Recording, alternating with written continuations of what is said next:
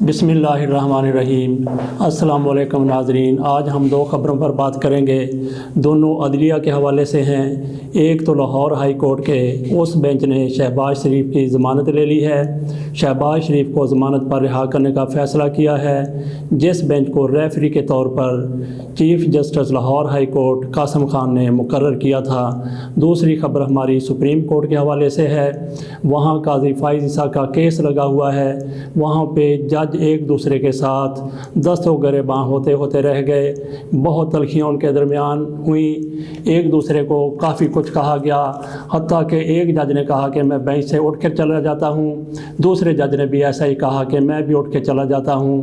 بہرحال اس بینچ کے سربراہ عمر عطا بندیال نے معاملات کو کنٹرول کرنے کی کوشش کی اور کافی حد تک وہ اس میں کامیاب بھی ہو گئے۔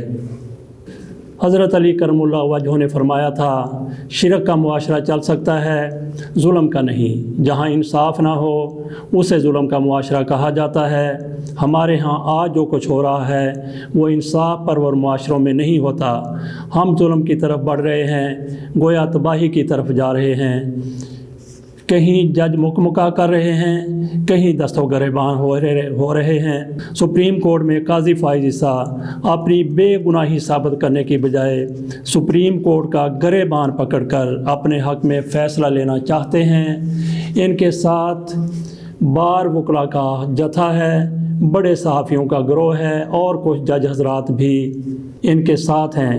10 ججوں کے بینچ کے کئی جج سماعت کے دوران جذبات پر قابو نہیں رکھ پا رہے۔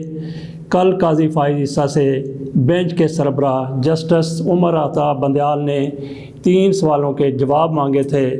ان کی طرف سے کہا گیا تھا کہ اگر قاضی فائز عیسیٰ ان 3 سوالوں کے جواب دے دیتے ہیں اور ہمیں مطمئن کر دیتے ہیں تو ان کو اس کیس سے بری کر دیا جائے گا۔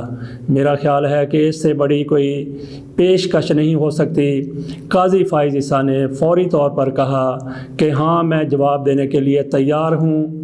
جسٹس عمر عطا بندیال نے ان سے کہا کہ آپ دیکھ لیجئے، تیاری کر لیجئے، اتنی جلدی نہیں ہے، آپ کل جواب دے دیجئے گا۔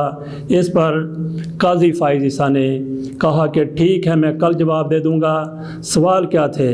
سوال یہ تھے، کیا جسٹس قاضی فائز عیسیٰ اپنی اہلیہ کے بینک اکاؤنٹ سے مکمل لا تعلق ہیں؟ دوسرا سوال تھا کہ بیرون ملک جائیدادیں خریدنے کے لیے جو رقم باہر بھیجی گئی، کیا جسٹس قاضی فائز عیسیٰ کا اس سے کوئی قانونی تعلق نہیں ہے؟ تیسرا سوال تھا کہ کیا جائیداد کی خریداری کے لیے جو اخراجات کیے گئے ان کا جسٹس قاضی فائز عیسیٰ سے کوئی تعلق نہیں ہے؟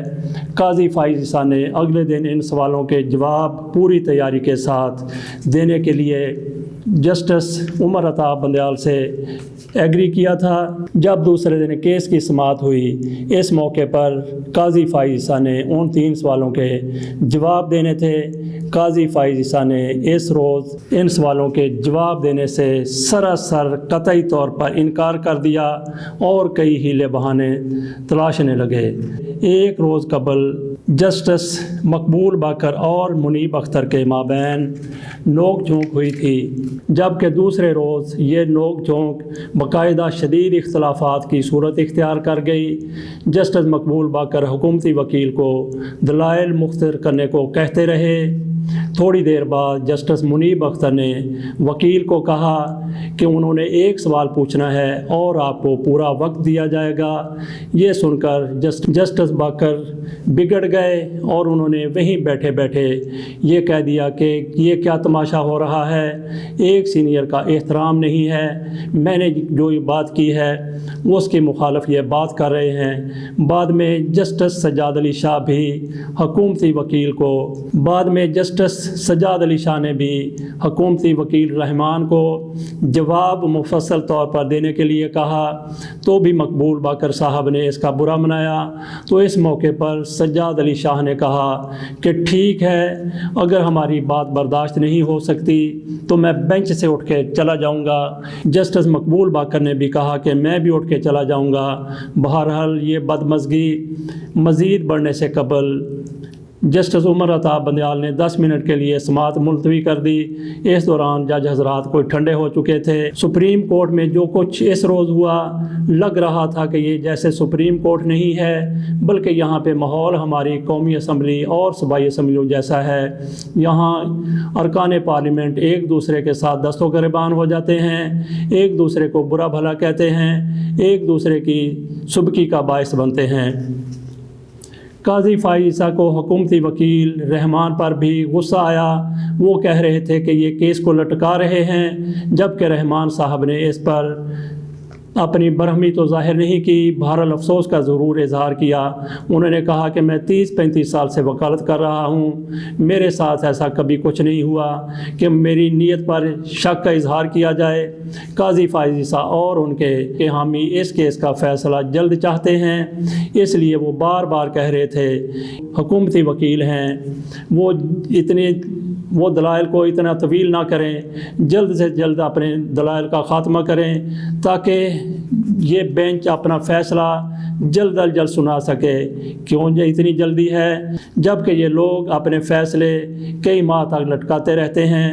اس کیس میں قاضی فائزہ جلد فیصلہ چاہتے ہیں، جبکہ قاضی فائزہ اپنے اس معاملے کو اتنا لٹکانا چاہتے ہیں کہ ان کا چیف جسٹس بننے کا موقع آ جائے اور ان کے بارے میں جو ریفرنس ہے وہ اسی طرح سے پینڈنگ پڑا رہے، معطل رہے۔